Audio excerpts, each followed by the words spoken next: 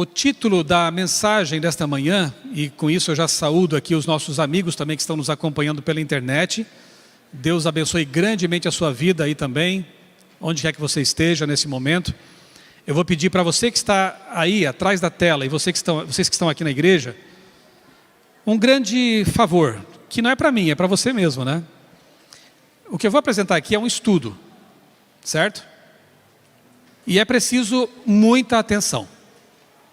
Eu passei toda a semana estudando, reestudando, preparando esse material. Vamos fazer várias conexões com textos bíblicos. E eu entendo que é um recado importante da parte de Deus também. Eu tinha até preparado um outro assunto, mas me senti fortemente motivado a pregar sobre isso nesta manhã. E o título que eu dei, eu sei que é um pouquinho...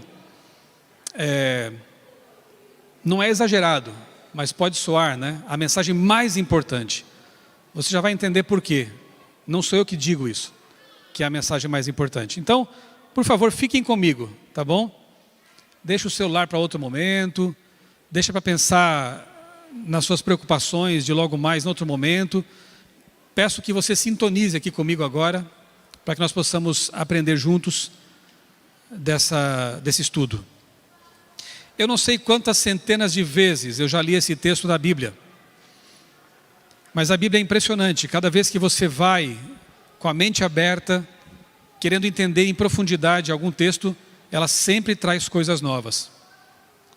E eu fiquei muito feliz com as conexões que eu consegui estabelecer com a ajuda de Deus nessa semana. E quero compartilhar com você essas, não vou dizer descobertas, né? Mas essa forma de enxergar o texto. Antes de falar do texto, eu quero recordar com vocês, aqueles que me conhecem já sabem disso, né? Como foi a minha mudança de cosmovisão, de paradigmas. Vocês sabem que eu não nasci no lar adventista. Eu me converti com 19 anos. E antes de me tornar um adventista e conhecer essa mensagem no ensino médio, quando eu cursava Química lá em Criciúma, Santa Catarina, esses três senhores aí na tela, dois barbudos e o bigodudo ali, o do meio nem tanto, mas os dois barbudos tiveram forte influência sobre a minha vida. Você sabe quem são eles? Não é Papai Noel. O de chapéu é Charles Darwin. O outro barbudo é mais famoso na foto talvez, né? Sabe quem é? Karl Marx. E o do meio, Allan Kardec. Não, eu nunca fui espírita, mas foi assim. Durante toda a minha infância, os livros que a gente tinha em casa, as enciclopédias e tudo mais, os autores que eu admirava, Carl Sagan, Stephen Hawking, Isaac Asimov e outros, eram todos evolucionistas e ateus. E eu fui fortemente influenciado por esses autores durante toda a minha adolescência, pré-adolescência. Eu lembro que com 15 anos eu li o livro do Stephen Hawking, lá, Uma Breve História do Tempo. Também devorei o livro Cosmos, do Carl Sagan, quando adolescente. Nunca cheguei a ser ateu. Mas, mesmo sendo um católico praticante, o Deus em quem eu cria era um tanto distante. E um tanto estranho também, porque aí vem Marx na história. Quando eu tinha lá meus 15, 16 anos, eu passei a fazer parte de um grupo de jovens católico. E me envolvi bastante com a igreja, com as coisas da igreja católica. Participei de pastorais, pastoral da comunicação, pastoral da juventude. A gente fazia palestras para freiras, para padres, em seminário, convento. Foi um envolvimento bem intenso.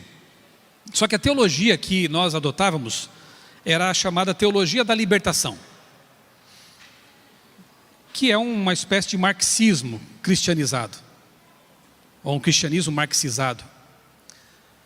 Para vocês terem uma ideia, eu nunca tinha ouvido falar, e eu era um líder envolvido com a igreja, repito, mas eu nunca tinha ouvido falar que Jesus vai voltar.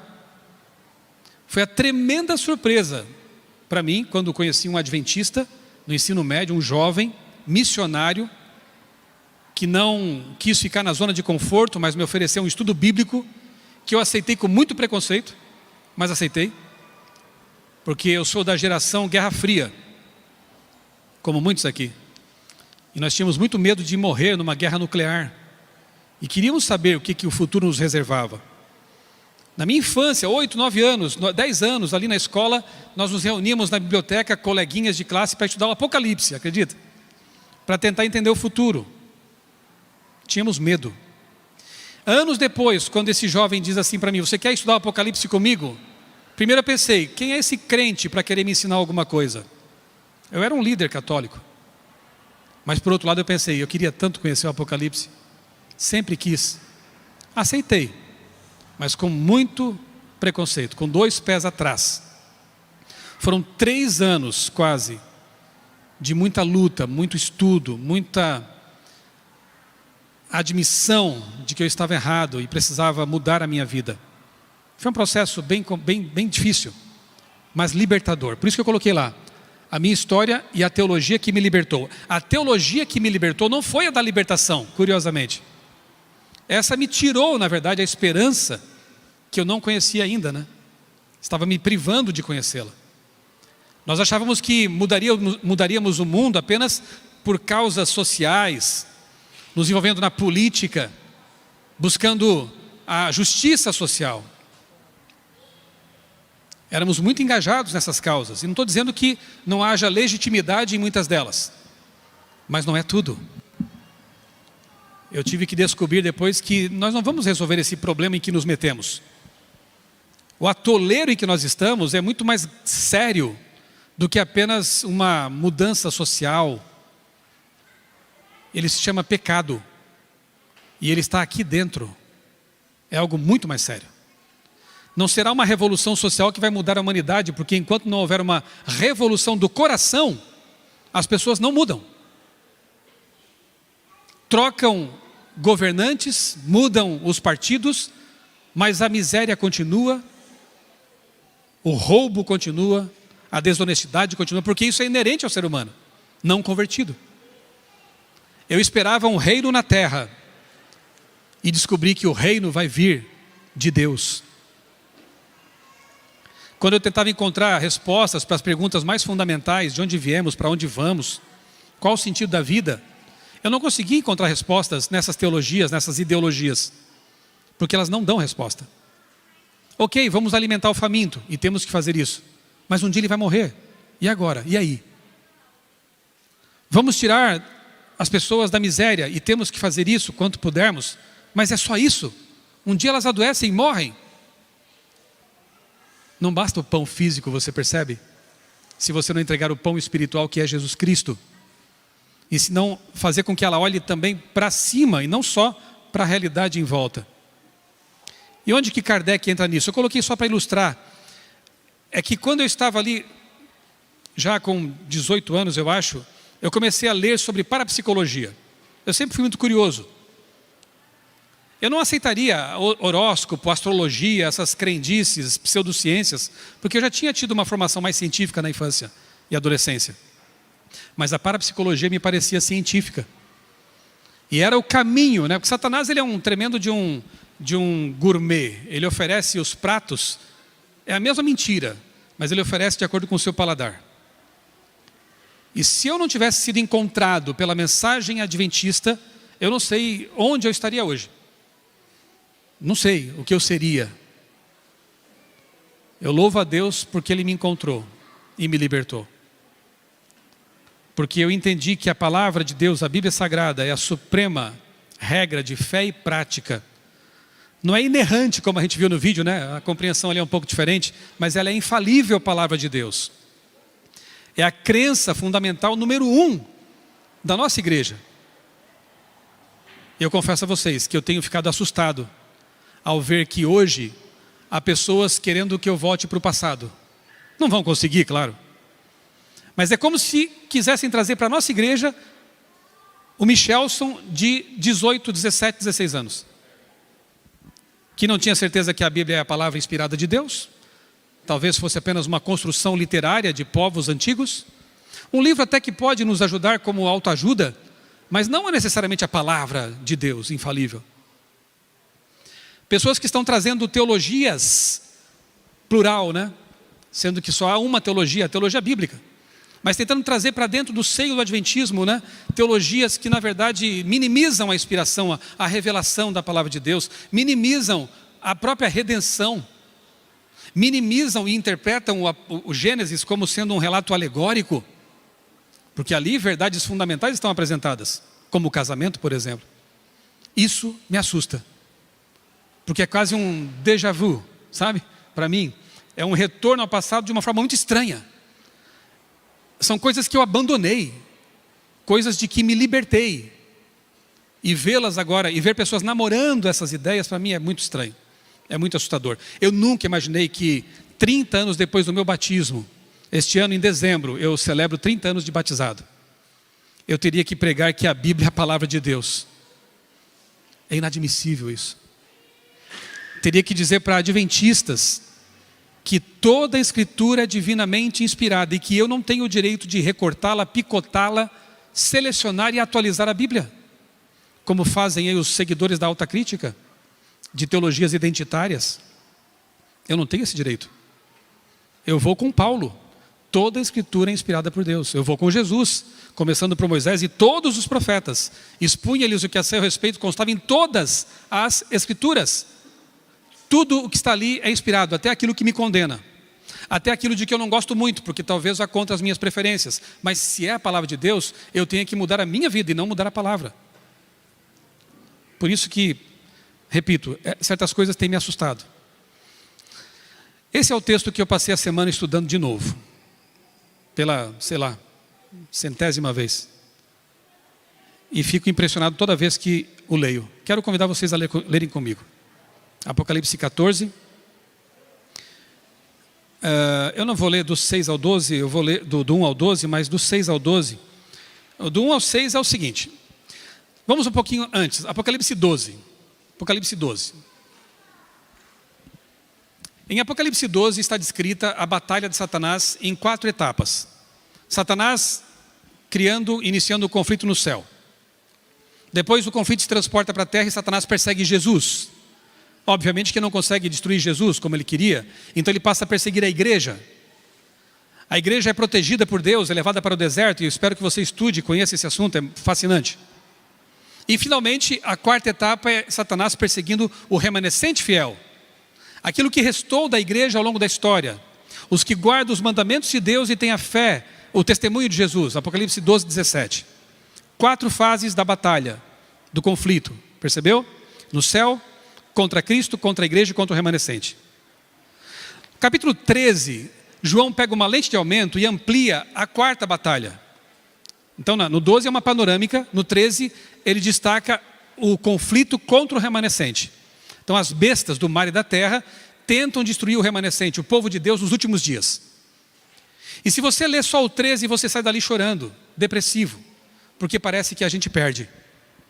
Parece que as bestas vencem. Mas louvado seja Deus por Apocalipse 14, 1 a 6. Ali João faz uma... Aliás, o livro do Apocalipse, é bom que se entenda, não é um livro cronologicamente linear. Tem vários avanços e recuos. É tipo aquele filme assim que você está assistindo, de repente vem o aviso, 6 anos antes. Depois, 3 anos depois, sabe? Com saltos temporais, o Apocalipse é bem assim. Ele está narrando um fato, depois ele diz, e vi, e ouvi, muda a cena, muda o tempo. Tanto é que no capítulo 14, nós vemos um avanço no tempo. E ele diz assim, olha, sim, queridos, é mais ou menos isso a mensagem, né? Sim, queridos, vai ser difícil, vai ser duro, vai ser complicado, vocês serão perseguidos, mas olha agora para o céu. E ele vê os 144 mil na glória.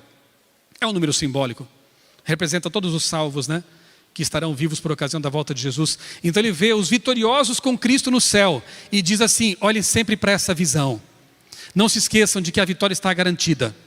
As bestas vão ser derrotadas, o dragão vai perder e o cordeiro vai vencer. E quem estiver com o cordeiro vai ser vencedor também. E ele fala que os vencedores são aqueles que não se contaminaram com mulheres. O que quer dizer isso? É uma linguagem simbólica, né? No capítulo 12, uma mulher vestida de sol, uma mulher virtuosa, representa a igreja pura, que segue a palavra. No capítulo 17, uma prostituta representa uma igreja corrompida e suas filhas, que abandonaram a verdade bíblica e abraçaram dogmas, ideologias o vinho de Babilônia, e se corromperam. Como aqui diz que são pessoas que não se contaminaram, são castas, são pessoas que se mantiveram firmes pela verdade. Pessoas que não abraçaram ideologias, teologias estranhas à palavra de Deus. Esses vão vencer. É preciso crer na palavra. Na sua boca não se achou mentira, diz aqui. Mentira aqui vem do grego dolos, engano, sutileza, falsidade. Eles lutaram e venceram pela verdade. E aí, João volta para o passado. O verso 6, ele diz assim, tá bom, não se esqueça de que a vitória está garantida. Mas que mensagem esses vencedores pregaram enquanto aguardaram a vitória?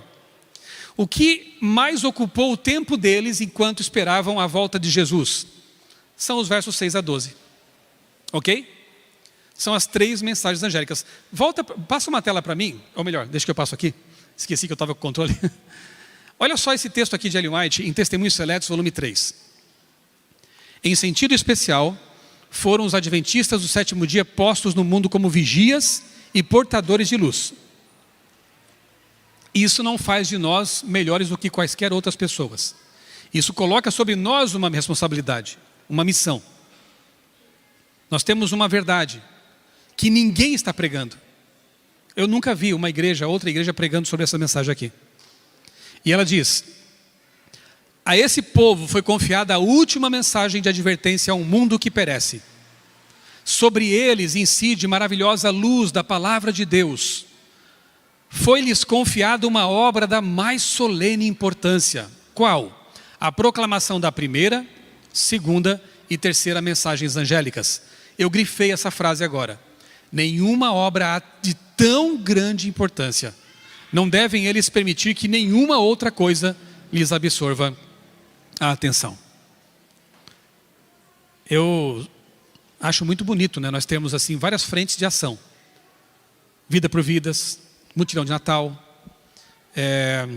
Quebrando o Silêncio, tudo isso é importante. ADRA. Mas isso não pode nos desviar da missão mais importante que nós temos como igreja. Até porque obras sociais, outros fazem também e fazem até melhor. Mas o que nós temos que fazer, outros não fazem. É pregar isso aí. As 3 mensagens angélicas. Eu vou ler com vocês agora esse trecho aqui, do 6 ao 12. E eu quero te pedir um favor. Além do que eu já pedi, da atenção total aqui e agora. João, como judeu que era, e conhecedor das escrituras que era, ele faz várias interconexões, várias conexões com textos do Antigo Testamento. A gente chama isso de intertextualidades, né? Ele usa frases, conceitos, ideias o tempo todo no Apocalipse do Antigo Testamento. Por isso que para conhecer o Apocalipse é muito bom conhecer a Bíblia. Quando você lê a Bíblia, você entende o Apocalipse.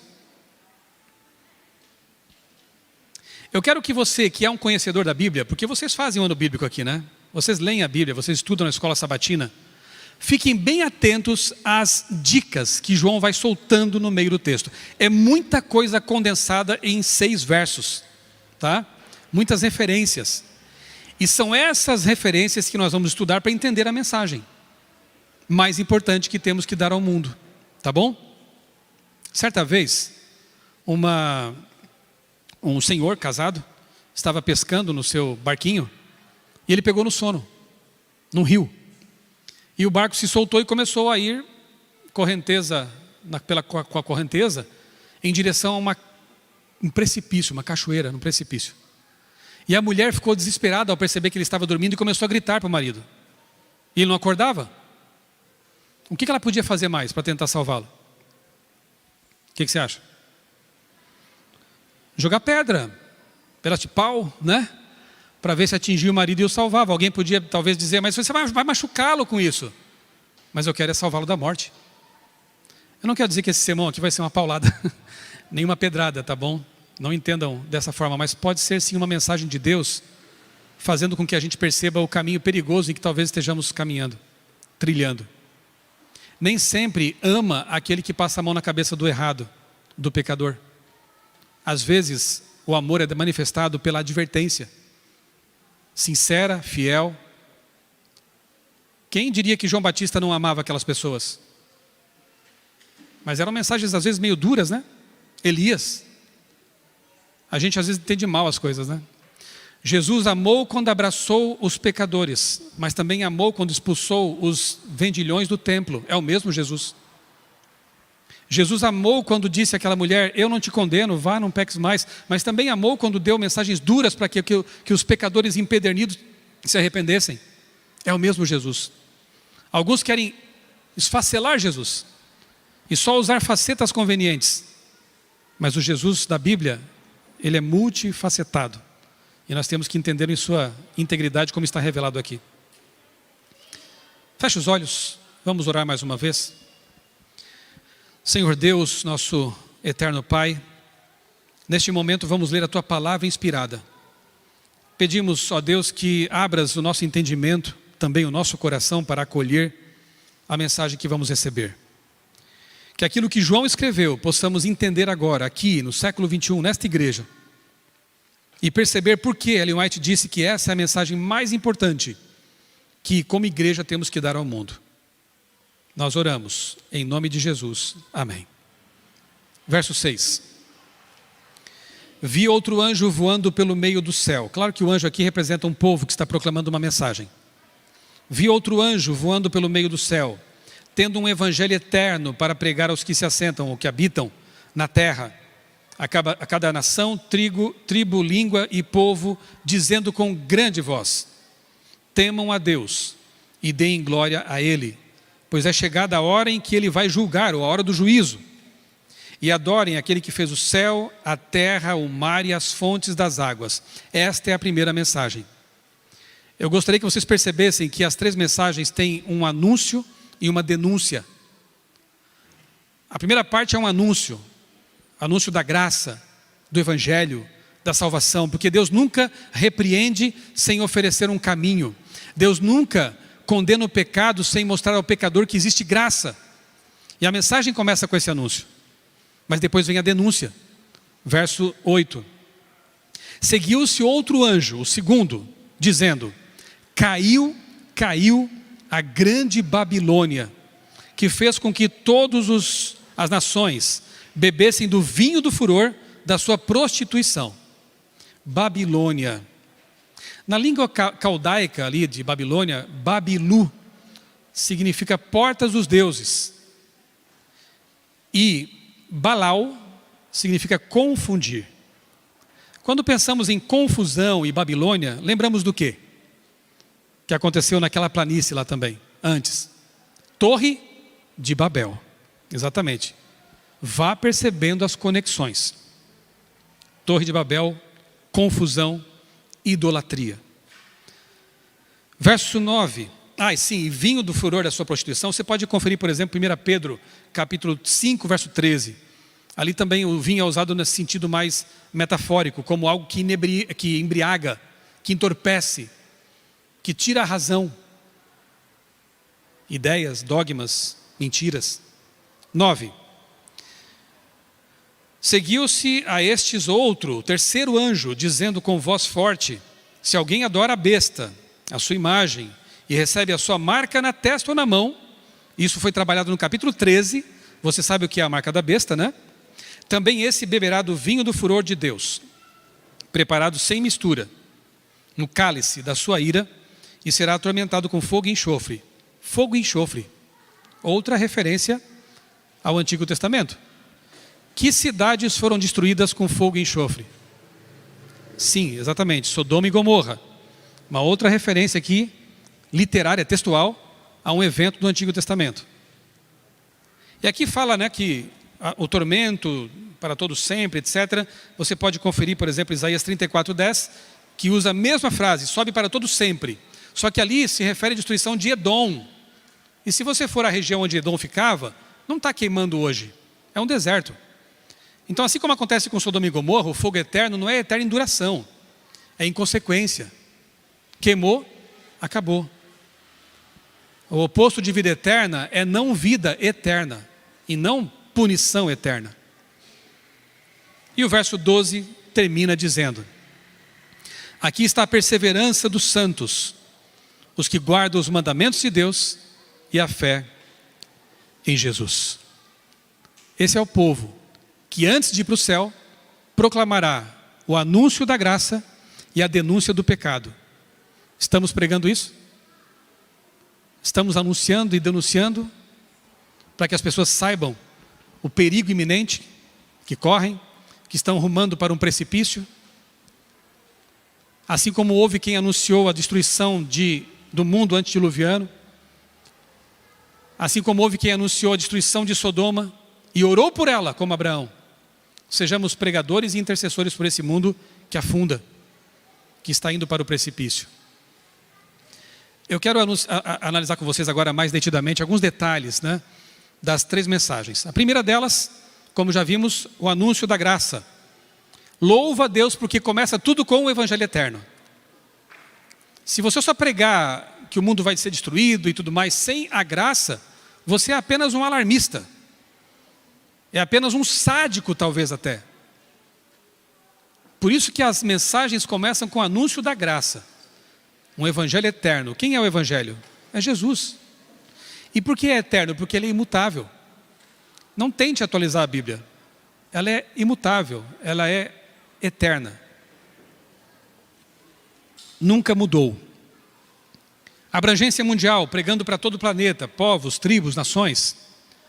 Temor a Deus está aqui nessa mensagem. Temor a Deus é respeito.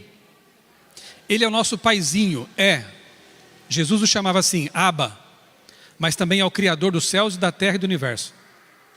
Ele é o nosso amigo, mas ele está sentado num trono. Eu costumo comparar, mal comparando, né, com a atitude que eu tinha para com meu pai e minha mãe, por exemplo, e tenho com a minha mãe ainda. Lá no sul, aqui tem catarinenses como eu, gaúchos também, a gente fala tu, né, para as pessoas. E até conjuga errado, tu vai, tu foi, né? Agora, para minha mãe, eu nunca tive coragem de falar, mãe, tu vai em tal lugar? Mãe, a senhora foi, a senhora vai. É natural. Eu amo minha mãe, ganhei muitos colinhos da minha mãe, mas eu a trato como senhora, por respeito. Tem gente que trata Deus como o cara lá de cima. E coisas até piores, como algumas teologias identitárias têm feito por aí. Tratam Deus como algo absurdo. O respeito a Deus é um componente dessa mensagem. Temam a Deus e deem a Ele glória. O início do juízo, a pregação do santuário celestial, 1844, conhecemos bem esse assunto, né? Quando houve ali nos Estados Unidos especialmente, mas não só lá, aqui no Chile um padre jesuíta, Manuel Lacunza, na Inglaterra também, pessoas que estudando Daniel descobriram que o juízo de Deus começava ali em 1844, cumprindo a tipologia do santuário, o Yom Kippur. E foi com base nessa pregação do santuário que a igreja adventista nasceu. Você conhece a história, não vou aqui me deter nisso. 1844 é uma data-chave em nossa história como igreja. O desapontamento de 44. E sabemos também que houve movimentos concorrentes, né? Aqui está uma réplica do Galpão Paiol, não sei como é que chama aqui em São Paulo, né? Ali na fazenda de Hiram Edson, onde um grupinho permaneceu orando, clamando a Deus por luz, para entender o que tinha acontecido no dia anterior. E o Hiram Edson, como um bom pastor, estava ali confortando, orando com aquelas pessoas, enquanto caminhava no meio de um milharal. Ele é chamado na nossa história de o Cleopas do milharal. Quem conhece a história de Emaús, sabe quem é Cleopas. E por que a gente compara, né? Ele tem uma visão, um insight, e entende que lá no céu Jesus passava do santo para o santíssimo. Começando então um período em que Jesus acumula as funções de advogado e de juiz. Um momento em que deveríamos estar com o coração contrito, buscando o arrependimento dos nossos pecados e preparo para a volta de Jesus, porque no ritual antitípico do santuário, ou típico, né, que representava a realidade ali descrita em Hebreus, por exemplo, quando o sumo sacerdote terminava o processo de expiação, ele saía do templo, do santuário, e abençoava o povo, e depois começava a festa dos tabernáculos, que era uma alegria só. Isso representa o quê? O fato de que Jesus está julgando nesse momento, vai chegar um momento que a porta da graça vai se fechar, e ele sai do santuário que, segundo o Apocalipse, se enche de fumaça, não há mais intercessão. E vem para abençoar seu povo. Como? Buscando e o levando para o céu. E aí começa a festa dos tabernáculos. Estaremos todos juntos ali e será só alegria, 1000 anos de férias na Nova Jerusalém.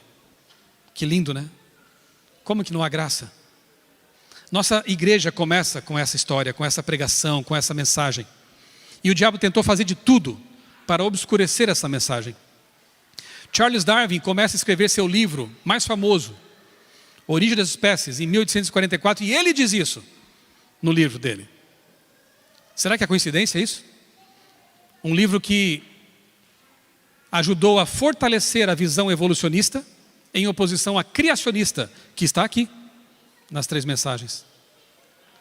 Nessa mesma época, nasce o espiritismo moderno, na casa da família Fox, lá em Hydelsville, estado de Nova York. 1848. Aquele monumento tem uns tijolinhos laranja, rosa ali, né, avermelhados, e um deles traz a inscrição There is no death, não há morte, contrariando frontalmente a palavra de Deus, que diz que sem Jesus não há vida.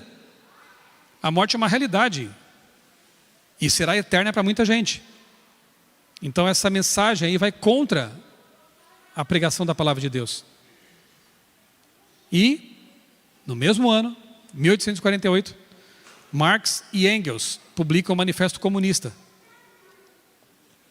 sendo que eles se encontraram pela primeira vez em 1844. Interessante, né? Já começa a ficar estranho pensar que é coincidência. Uma ideologia que tira Deus da história e que contaminou várias teologias atuais. Muita gente que abraça essas teologias por modinha não sabe das raízes dessas coisas. Veja, vou avançando aqui. O próprio Marx, no livro Capital, dedicou, né, ele tem uma dedicatória ali, numa das edições, ao meu amigo, a Charles Darwin, de um autêntico amigo seu.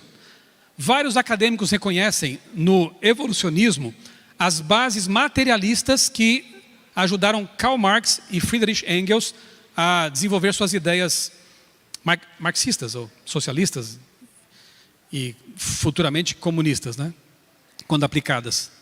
No darwinismo. Sim, por quê? Olha o que alguns autores seculares dizem. Cleo Skousen diz que Marx acreditava que a matéria fosse autodinâmica. Não haveria necessidade de um criador, planejador ou força governante no universo.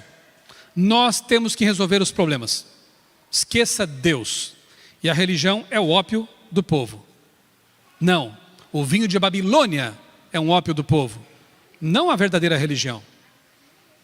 Religiões corrompidas até sim, mas a religião da palavra de Deus não. Outro autor, eu encontrei esse livro num sebo, muito interessante, é um teólogo católico, doutor em teologia e filosofia, George Sigmund. Ele diz que seria de todo insuficiente considerar o marxismo uma simples filosofia. O que lhe proporcionou sua assombrosa pujança, força, manifestada na vitória do bolchevismo, foram suas energias de uma crença messiânica, de um reino de Deus na terra. Muitos viam o próprio Marx como um Messias. É aquilo, quando você tira Deus do caminho, as suas esperanças têm que ser depositadas em alguma coisa ou em alguém. Só que até hoje, essas revoluções provaram que não dão em nada.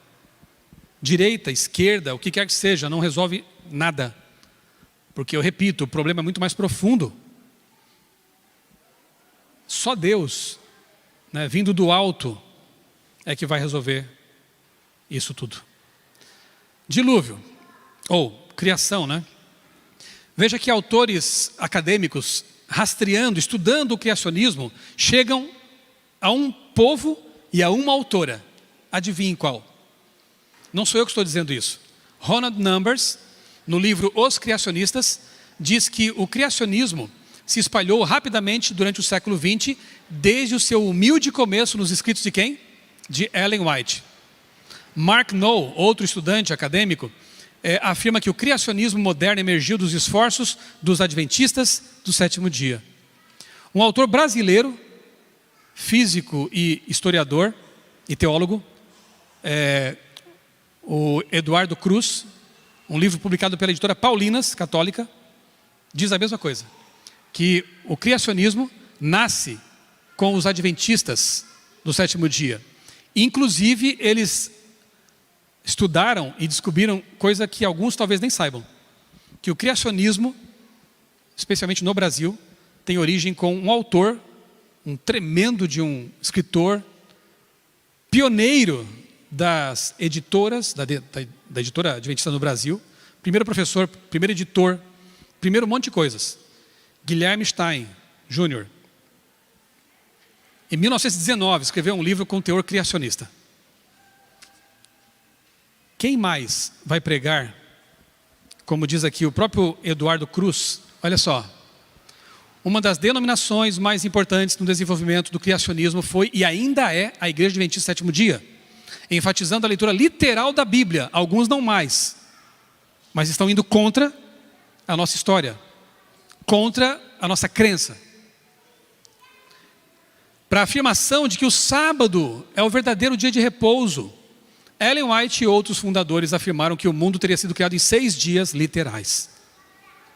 Até pessoas de fora, estudando a nossa história, sabem que a nossa fé está fundamentada numa compreensão literal, factual, dos primeiros capítulos da Bíblia, como toda ela. 6 dias literais de 24 horas. E por isso guardamos o sábado. Quem derrubar aí essa crença criacionista, vai perder o sentido para guardar o sábado. Vai perder o sentido de uma fé escatológica, porque a Bíblia diz que nós teremos acesso de novo à árvore da vida. Mas se aquela primeira foi uma lenda, o que nos aguarda no futuro? Se eu não sou capaz de crer que Deus tem poder para criar o mundo em 6 dias, poderia tê-lo feito em 6 segundos? Poderia, mas em sua soberania foram 6 dias que Ele escolheu. Por que eu vou ter fé de que no futuro Ele vai recriar o planeta? Perder essa fé criacionista é perder a noção de que nós temos um Deus todo-poderoso, um Deus capaz de tudo. Mas há grandes esforços no sentido de tentar tirar essa crença, né, do caminho, relativizar. Por quê? Porque o interesse é outro. Lá também está o relato do casamento, né, normativo. Um homem e uma mulher numa relação de heteromonogamicidade, né, e fidelidade, enfim, está lá. Nos primeiros capítulos da Bíblia também. Eu estive relendo, aqui estou com a nova edição, está linda, né? Patriarcas e Profetas. Eu tenho lá as edições de capa vermelha, né? Vou guardar como um tesouro, mas já estou comprando aos poucos a minha nova coleção aqui. E estive relendo aqui os capítulos que fazem, em que ela detalha, né, a interconexão que há com as 3 mensagens angélicas. Consegue lembrar do que eu falei quando lia? Qual é a primeira interconexão que ela faz quando diz fontes das águas? Dilúvio. Primeiro é a criação, né? O sábado. Fez os céus, a terra, o mar. E fontes das águas. Fontes das águas, a gente lê isso lá no dilúvio. Abriram-se as janelas do céu e as fontes do abismo, as fontes das águas se romperam. Eu li o capítulo sobre o dilúvio.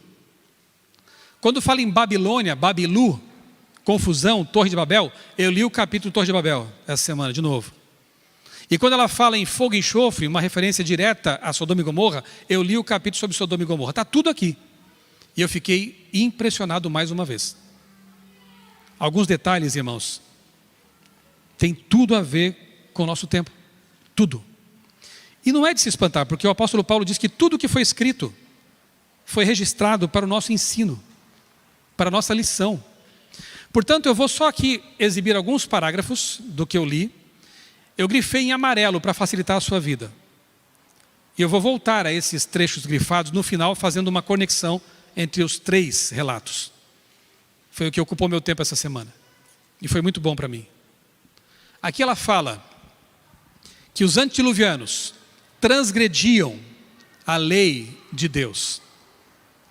Que eles pisavam a justiça no pó e ignoravam os clamores dos oprimidos. Isso é pecado também, e é denunciado aqui. Eles preferiam seguir seus próprios desejos pecaminosos, e como resultado, o crime e a miséria aumentaram. Nem a relação do casamento Nem os direitos de propriedade eram respeitados. Poligamia, sensualismo desenfreado caracterizaram os antediluvianos. Interessante ela falar de propriedade privada, né? Que é justamente aquilo que Marx e Engels condenam, né? No Manifesto Comunista. Deus respeita o casamento e aquilo que é seu. A primeira propriedade privada que você tem é o seu corpo. Meu corpo, regras daquele que fez o meu corpo. É assim que a gente tem que interpretar, né? Então, os antediluvianos, ninguém inventou a roda, viu? As coisas se repetem no mundo, né?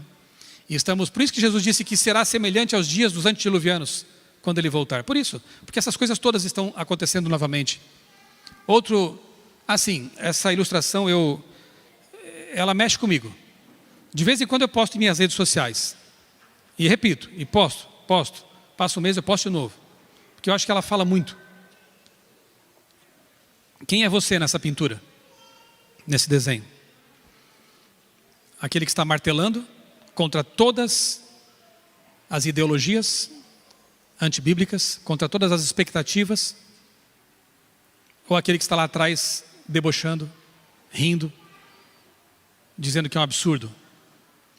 Cada martelada era uma pregação. A graça estava lá, sendo projetada. A porta estaria aberta por um bom tempo. Mas só uma família se salvou. Quem você quer ser hoje? Noé ou os escarnecedores de Noé? A escolha é nossa, né? Evidências do dilúvio global. Será que aconteceu mesmo? Se foi um mito, aí não tem nem sentido, né? O que Ellen White fala aqui nesse livro e o que as 3 mensagens angélicas falam. Porque se faz relação com um evento mitológico, como muita gente quer que a gente pense assim, né? Os evolucionistas riem de quem fala que o dilúvio foi universal. Eu não vou ter tempo aqui de explorar esse assunto, são várias palestras, né, sobre isso, mas existem muitas evidências, irmãos, né? Sedimentos continentais, a maioria deles, a metade dos sedimentos continentais é de origem marinha, tá? As formações geológicas como o Grand Canyon, revelando estratificação rápida. Não vou ter como explicar isso aqui agora. Que pena. Sequoias que remontam a 4.000 a.C. no máximo. Melhor dizendo, 2.000 a.C., 4.000 atrás, né? Sendo que elas poderiam ter milhões de anos, mas não tem. Todas elas têm cerca de 4.000 e poucos anos. Isso não te faz pensar? Eu trago aqui no meu bolso, talvez você nunca tenha visto um pastor trazer no bolso o que eu vou mostrar para você. É meio estranho, né? Um pedaço de pedra. É um fóssil. Dá para ver aí na câmera? Tem como dar um zoom aqui? Tem escamas. Quem está vendo de perto aqui percebe, tem escamas. É um peixe marinho, ok? Uma espécie marinha. Eu trouxe isso aqui, não foi da beira do mar. Foi de uma região chamada Formação Araripe. Estive pesquisando lá com outros pesquisadores criacionistas, faz 2 anos. Que fica no Ceará, no Agreste, 500 quilômetros do mar, uma região seca. E lá há milhares de fósseis de crustáceos, peixes marinhos e tudo mais. A pergunta é, o que esses peixes faziam lá, no deserto? Baleias foram encontradas, centenas delas, Pisco, no Peru, uma região alta e desértica. Evidências do dilúvio existem muitas. É só a pessoa abrir os olhos e perceberá. Essa história aconteceu, irmãos. E ela aconteceu e serve de advertência para nós. Isso que é o mais importante nesse momento. Segunda mensagem, o componente da denúncia. Até aqui foi um anúncio da graça. Agora a denúncia do pecado. Babilônia caiu, repete, ênfase. A grande Babilônia, que nos remete à Torre de Babel. Confusão, descrença, apostasia. O que aprendemos da Torre de Babel? Eu fui ao livro Patriarcas e Profetas. Fiquei surpreso, de novo, com tantas coisas interessantes. Os que estavam construindo a Torre de Babel negavam a existência de Deus. Ou então atribuíam o dilúvio à operação de causas naturais. Não, isso não foi Deus. Aconteceu naturalmente. Então, se nós construirmos uma torre alta o bastante para estar acima da altitude a que as águas chegaram, estaremos salvos. Justificação pelas obras. Negação de Deus, do sobrenatural. Tanta gente faz isso hoje de novo. rebelião contra Deus, exaltavam ainda mais o orgulho, desviavam Deus da mente das futuras gerações e as levaram à idolatria. Não se contentavam em descrer e se rebelar, influenciaram as futuras gerações, as crianças, os adolescentes, com ideias anti-Deus, anti-Bíblia, digamos assim. Vá pensando nos dias de hoje. Quem tem feito isso? Quem são os Abraões que estão orando pela cidade de Sodoma? Quem são os que intercedem pelos babilônios? Quem são os que estão pregando com o martelo e com a voz pelos antediluvianos? E quem são os que estão indo com a onda? Com as mentiras, com o vinho, oferecendo vinho adulterado para as gerações novas e inocentes. Pense, Babilônia não está só lá fora, irmãos. Muita gente talvez tenha deixado Babilônia física, mas trouxe o vinho no bolso, na mente, no coração. Então o convite para deixar Babilônia pode ser para nós também, não só para os que estão literalmente lá. Eles desprezavam os ensinos bíblicos e exaltavam a sabedoria humana em lugar deles. Que interessante, porque eu vejo isso hoje de novo. Pessoas exaltando a opinião humana sobre a palavra de Deus, interpretando a Bíblia com a sua vontade humana. Em 2011, o Dr. Rodrigo Silva foi entrevistado pela revista Isto É, um artigo bem interessante sobre a Torre de Babel. E ele falou assim, que quando um povoado fundava novas civilizações, erguer uma torre era um procedimento padrão. Além de funções religiosas, a construção servia para que se escapasse de novas inundações. Olha o propósito. Foi o mesmo da torre original. E essa pedra aqui, que é uma foto real, né, foi descoberta no Iraque. E mostra ali um zigurate com sete andares, digamos assim, 7 escalões. E aqui um soldado babilônico, né? Na verdade foram encontradas mais de 30 ruínas de torres ou zigurates lá na Mesopotâmia, o que prova que eles construíam torres com finalidades religiosas, culto a deuses e também com a ideia de escapar de inundações. Aconteceu, irmãos. A Torre de Babel aconteceu. Na Austrália, tem aborígenes que contam uma história semelhante. Mas eles contam até o momento da torre, depois não falam de Abraão, não falam de Isaac e de Jacó. Por quê? Porque com a dispersão eles se afastaram. Mas até ali havia só um povo. Então a memória coletiva da humanidade vai até ali. Várias nações têm relatos parecidos de Adão, do dilúvio e da Torre de Babel. Até ali. Dali a dispersão aconteceu e não tem mais. Os judeus preservaram a história na Bíblia. Aconteceu e serve para nossa advertência. O dilúvio aconteceu, a Torre de Babel aconteceu. Tem mais. Terceira mensagem angélica. Estamos caminhando então para o fim dessa advertência. É uma denúncia também. Fala da marca da besta.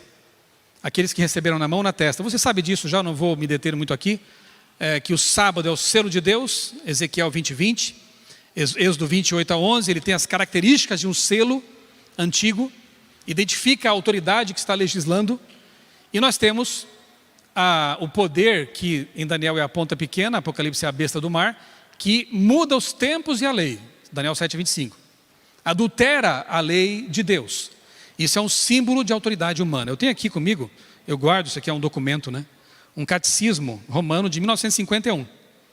E na página 440, eles dizem assim, que a igreja romana, pelo seu poder, mudou o dia de guarda. Quem quiser ver depois, está aqui o documento. Eles admitem isso. Pelo menos há honestidade, né? Em situação complicada ficam os protestantes que seguem esse mandamento humano e não tem base bíblica para defendê-lo. Por isso que, biblicamente, o sábado é o selo escatológico de Deus e o domingo é a oposição, é o selo, é o antisselo, é a marca da besta. Se você quiser aprofundar esses conceitos, peça um estudo bíblico para um adventista e ele vai explicar para você. E se não explicar, ele tem que estudar. Em meu canal no YouTube, coloque lá Marca da Besta, você vai encontrar vários vídeos.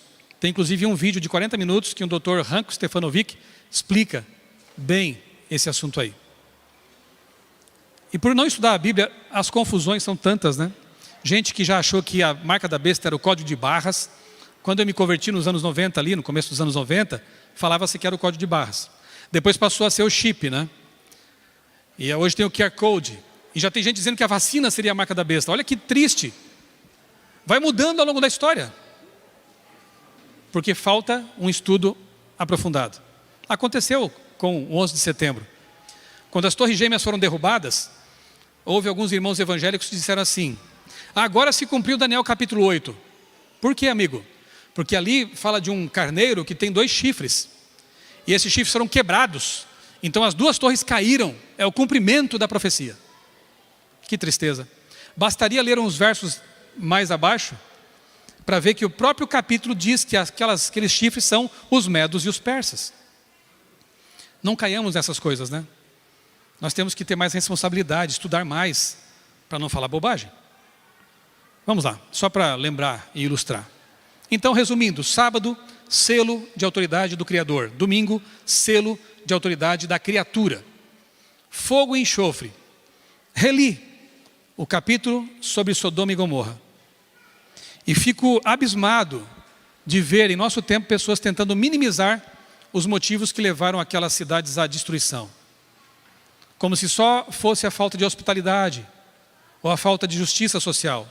Tinha mais coisas envolvidas. Vejam esse texto aqui. Patriarcas e Profetas, ali estão as páginas. Riqueza e lazer. Divertimento, só festa.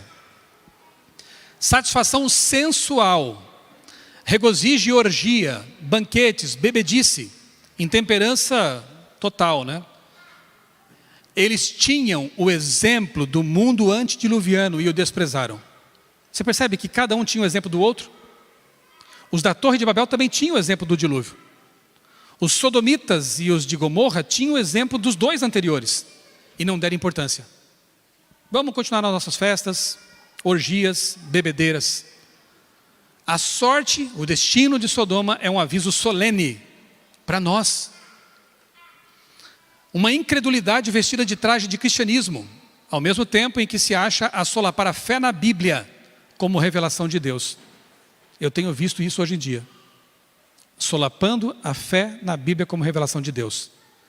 Tanto antediluvianos, quanto os babilônios e os de Sodoma e Gomorra tinham a mesma postura. Não, não é bem assim. O profeta está falando isso, mas deixa para lá. Temos que reinterpretar isso aí. E Deus tentando avisar, tentando avisar, tentando avisar. E não adiantou. Uma vez deu certo. Que nós sabemos. Nínive. Prova de que Deus queria salvar. Ele tentou salvar os de Sodoma e Gomorra. Inclusive motivou Abraão à intercessão. Senhor, se houver 100, não vou destruir. Se houver 20, não vou. Se houver 10, só tinha 3. E olha lá. Ló e suas filhas. Intercessão de Abraão. Foram salvos pelos anjos que os pegaram pelas mãos. Gente, houve uma saída, uma decidida separação dos ímpios, uma escapada para salvar a vida. Fugiram da cidade. Assim foi nos dias de Noé, assim nos dias de Ló, assim aconteceu com os discípulos antes da destruição de Jerusalém, e assim será nos últimos dias. De novo se ouve a voz de Deus, em uma mensagem de advertência, mandando seu povo separar-se da iniquidade que prevalece. Quantos dessa igreja aqui, neste momento, e vocês em casa, vão fugir do pecado, da descrença, da rebelião contra Deus? Esse é o chamado de Deus para nós. Eu quero fazer um rápido estudo aqui de 3 textos, para mostrar que em Sodoma a coisa era mais grave do que somente falta de hospitalidade, injustiça. Abra sua Bíblia em Ezequiel 16, 49 e 50. Veja, é algo que eu vou fazer em 2 minutos, mas que mereceria aí pelo menos 1 hora. Mas você vai captar rapidamente. Ezequiel 46, desculpa, Ezequiel 16, 49 e 50. O texto está falando da destruição de Sodoma e Gomorra, recordando o que aconteceu lá, e diz assim, Ezequiel 16, 49. Eis que esta foi a iniquidade, o pecado, de sua irmã Sodoma. Ela e suas filhas foram orgulhosas. Pecado número 1, orgulho. Tiveram fartura de pão e próspera tranquilidade, mas nunca ampararam os pobres. Pecado número 2, desprezo para com os pobres e necessitados. Foram arrogantes. Pecado 3, arrogância. Fizeram abominação. Pecado 4, abominação diante de mim. O profeta Ezequiel destaca 4 pecados. Os outros são muito óbvios e autoexplicativos. Mas o que é abominação? A palavra hebraica para abominação é toevá. Se você fizer uma leitura em Levítico 18, texto de Moisés, você vai encontrar essa palavra repetida muitas vezes por Moisés. Quando ele fala, por exemplo, de práticas sexuais que não estão de acordo com a vontade de Deus. Incesto, zoofilia e por aí vai. A mesma palavra usada em Ezequiel para caracterizar Sodoma é usada por Moisés em Levítico para falar sobre pecados sexuais. Não era só arrogância, não era só a falta de cuidado com os pobres, o orgulho, era também a depravação sexual. Por mais que alguns queiram minimizar esse aspecto, está lá. E em Judas capítulo, verso 7, vá para Judas agora, é o livro anterior ao Apocalipse, né, a cartinha ali anterior ao Apocalipse. Acha Apocalipse e volta uma. Você encontra Judas. Claro que aqui é grego agora, não é mais hebraico. A palavra é outra, mas o conceito é exatamente o mesmo. Em referência a Sodoma. Diz o verso 7 assim.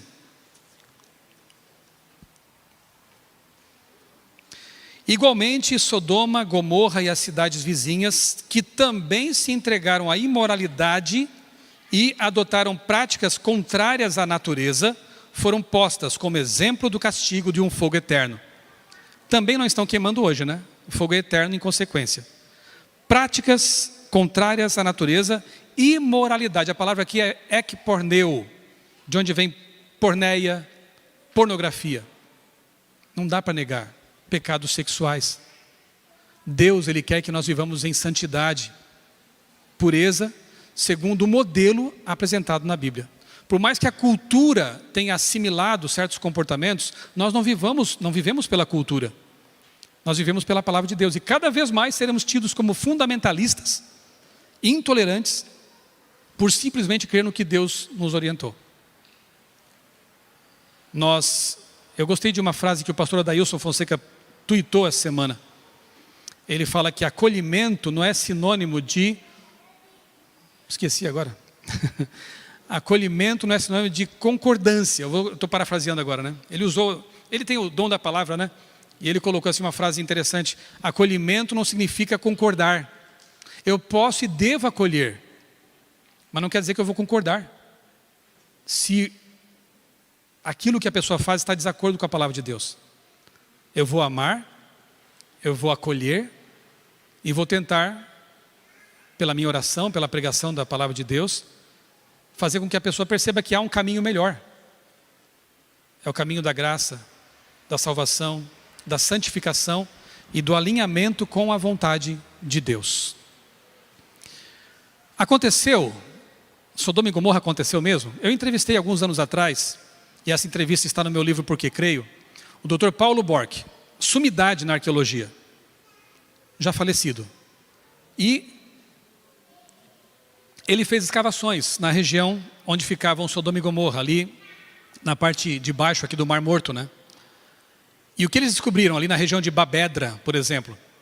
Uma vasta extensão, eles escavaram poços em lugares diferentes e na mesma profundidade encontraram uma camada de até 1 metro de cinzas, fogo e enxofre.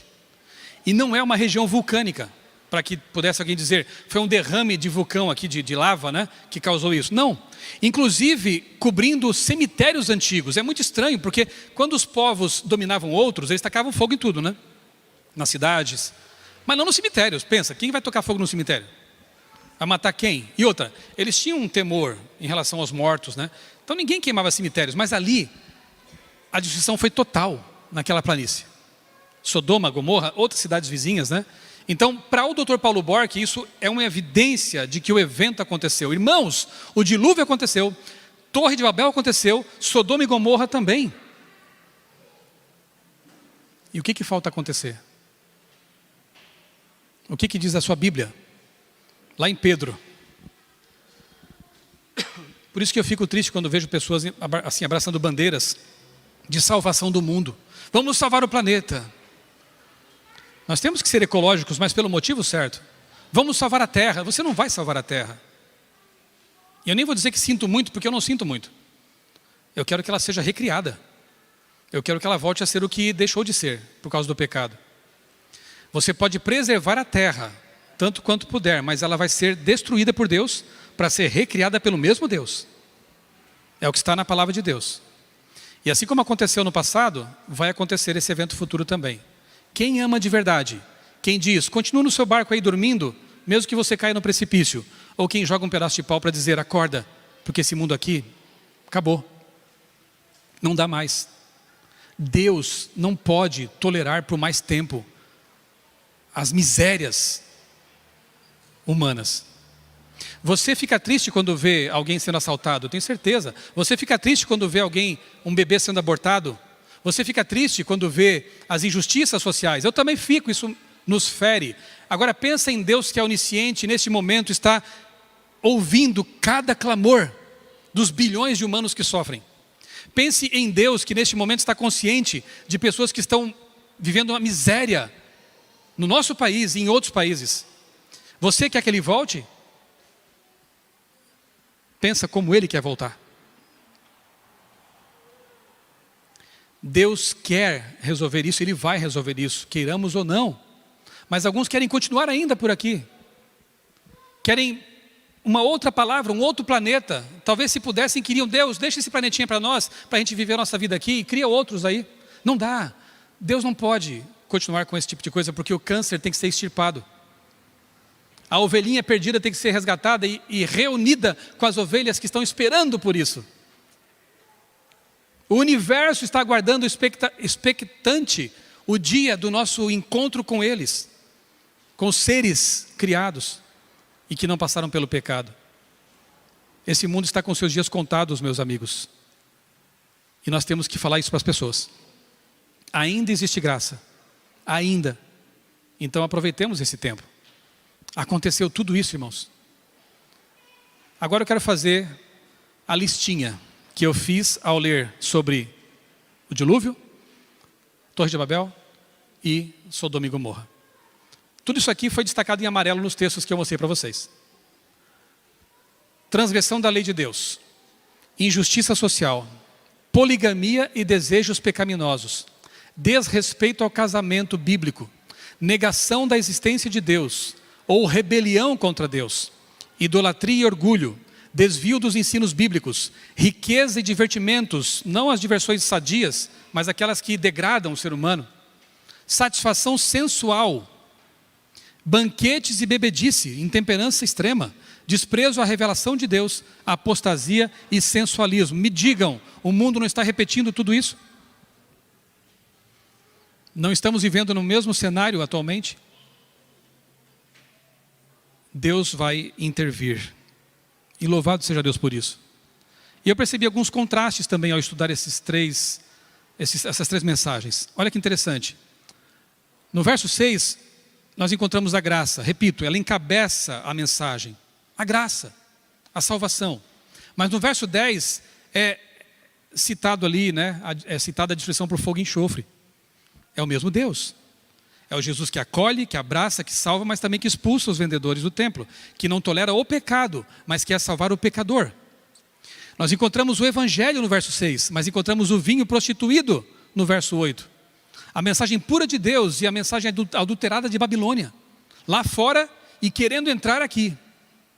Nós encontramos a adoração a Deus no verso 7, no verso 12, e a adoração à besta no verso 9.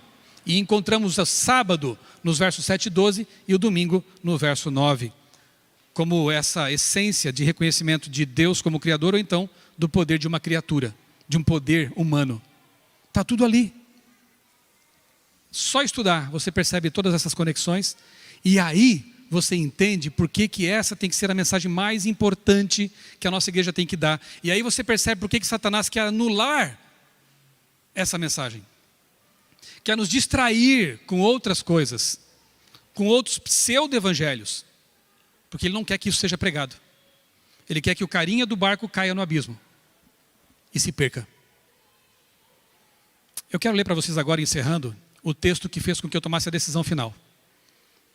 Entendeu por que isso aqui me libertou? Foi uma bomba na minha cabeça quando eu tinha 18 anos. É como se Deus tivesse aberto literalmente a minha mente e colocasse ali uma mensagem que explodiu meus preconceitos, minhas ideologias, e me apontou um caminho, uma esperança real.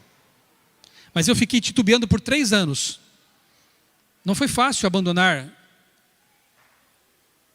os meus amigos, alguns eu tive que abandonar, as minhas ideias acariciadas. 3 anos de luta. Eu cheguei a pensar em conversar com o Papa, se fosse preciso. Eu queria mostrar para o Papa o sábado na Bíblia. Eu tentei fazer isso com alguns amigos padres. Foi inútil, acho. Mas quando eu li Apocalipse 18:4, eu quero encerrar lendo com vocês, eu percebi que o meu caminho era outro. E tomar essa decisão foi difícil, mas foi libertador. Apocalipse 18, verso 4. Deus te convida nesta manhã a fazer isso. Ah, mas eu já sou adventista. Será que você não precisa também fazer isso aqui? Ouvi outra voz do céu dizendo: saiam dela, povo meu, para que vocês não sejam cúmplices de seus pecados e para que os seus flagelos não caiam sobre vocês. De novo, Deus está usando Noé. De novo, Deus está usando Abraão. De novo, Deus está usando João Batista. Pode parecer uma mensagem dura, muito forte para pessoas que estão acostumadas com o politicamente correto. Mas é Deus dizendo: sai dela, povo meu, para que você não participe de seus pecados e não incorra na destruição que está predita sobre ela. Deixamos Babilônia literalmente, mas será que no nosso coração não trazemos traços babilônicos ainda? Deixamos a Babilônia física, mas será que em nossa mente ainda não há ideias babilônicas, o vinho corrompido? Qual é a solução para nós então? Aceitar aquilo que o profeta diz. Ouvir a voz do profeta. Acolher a mensagem profética. E pregar para que outros possam se preparar também para a volta de Jesus. Porque a destruição, mais uma vez, está chegando. A destruição já foi anunciada. Deus seria mau se nos deixasse sem avisos. Mas Ele já entregou vários avisos. Já aconteceu várias vezes. E só falta agora a definitiva, que vai eliminar o mal para sempre. Eu quero estar com o meu Deus. E quero ajudar muitas pessoas, enquanto eu tiver voz, a saírem do barco furado, a acordarem para a realidade e chegarem ao porto seguro. Nós vamos ouvir uma última mensagem agora que a Daiane vai cantar. Eu gostaria que você aproveitasse esse momento para fazer uma reflexão. Que tipo de vida você está levando? Uma vida como a dos antediluvianos, talvez? Uma vida como os construtores da torre inútil de Babel, que não leva a nada, perdendo seu tempo precioso?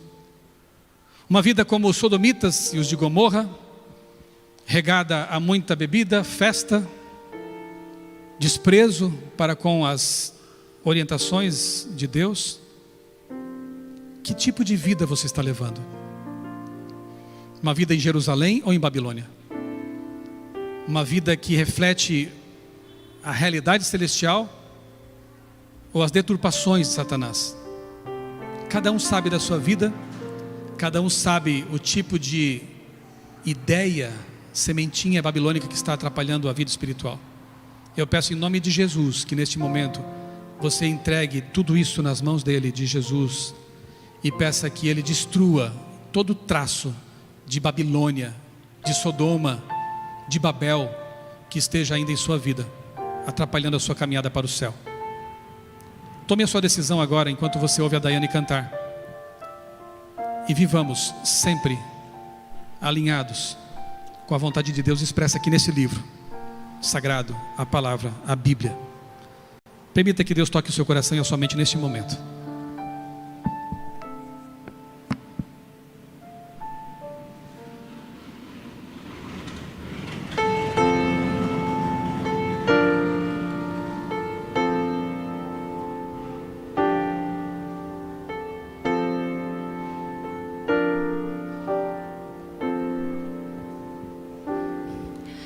Além do rio azul, as ruas são de ouro e de cristais. Ali tudo é vida, ali tudo é paz, morte e choro. Nunca mais tristeza e dor, nunca mais verei o grande rio da vida, claro como um cristal. Verei a face do meu mestre querido. Não haverá mais noite ali. Não haverá nenhum clamor. Verei os olhos de Jesus e tocarei seu corpo, enfim.